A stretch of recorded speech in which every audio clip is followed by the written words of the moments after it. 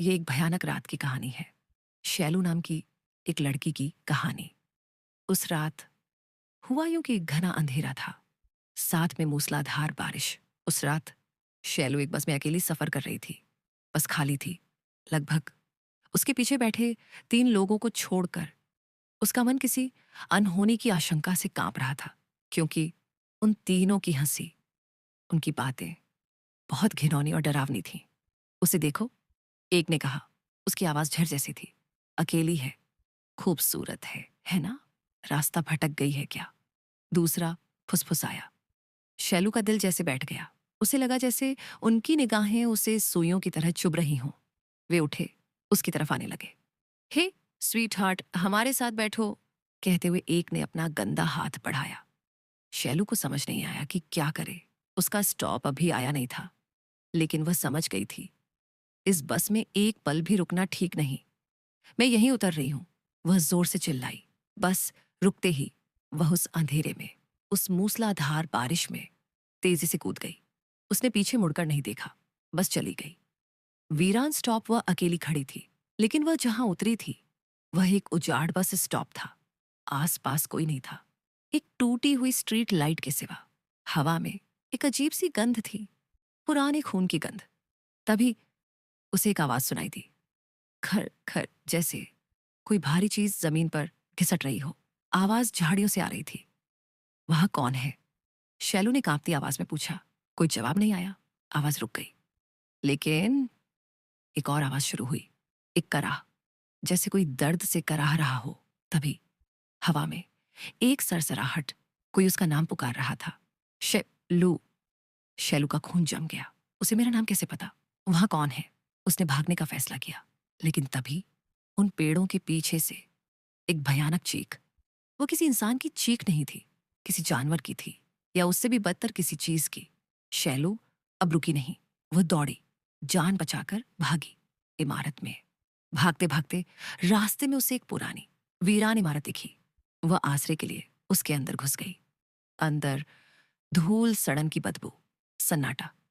कोई है? वह चिल्लाई। कोई जवाब नहीं। लेकिन ऊपरी मंजिल पर, बहुत दूर, एक छोटा सा दिया जल रहा था, टिमटिमाते हुए। उम्मीद, शायद वहां कोई मदद करने वाला हो। उसने सीढ़ियां चढ़ना शुरू किया। एक मंजिल, 2, 3। हर कदम के साथ हवा भारी होती जा रही थी। वह सड़न की बदबू और तेज, मीठी, असहनीय होती जा रही थी। 5वीं मंजिल। रोशनी एक कमरे से आ रही थी। हेलो, शैलू ने धीरे से कहा। कमरे से एक हल्की गुर्राहट सुनाई दी। शैलू वहीं जम गई। उस कमरे के दरवाजे से एक साया बाहर निकला, लंबा, पतला।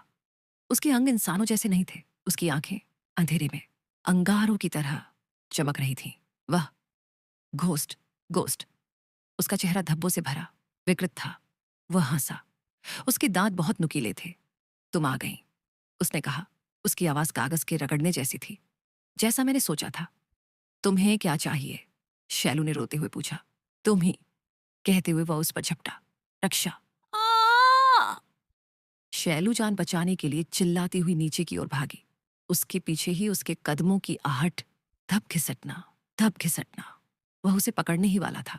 उसकी ठंडी सांसें शैलू की गर्दन को छू रही थीं। तभी पूरी इमारत को कंपा देने वाली एक आवाज गूंजी। रुको! सिर्फ एक शब्द, लेकिन उसमें कितनी ताकत थी। घोस्ट रुक गया। शैलू भी रुक गई। टूटे हुए दरवाजे के पास एक साया, एक महिला। वह शांति से, शाही अंदाज में खड़ी थी। बारिश में भीगने के बावजूद उसकी आंखों की चमक उस अंधेरे को चीर रही थी। घोस्ट उसे देखते ही डर से कांप गया। नहीं, आप नहीं, वो बुदबुदाया। चले जाओ, उस महिला ने कहा। वापस उन्हीं परछाइयों में लौट जाओ जहां से आए हों। वह घोस्ट एक भयानक चीख के साथ जिस रास्ते आया था, उसी अंधेरे में भाग गया। शैलू जमीन पर ढह गई। वह महिला, उसका नाम अम्मा था, शैलू के पास आई और उसे उठाया। डरो मत बच्ची, सब खत्म हो गया। घर तक। उस रात अम्मा ने उसे अपनी पुरानी कार में सुरक्षित घर छोड़ा। आप कौन हैं? शैलू ने पूछा। अम्मा धीरे से मुस्कुराई।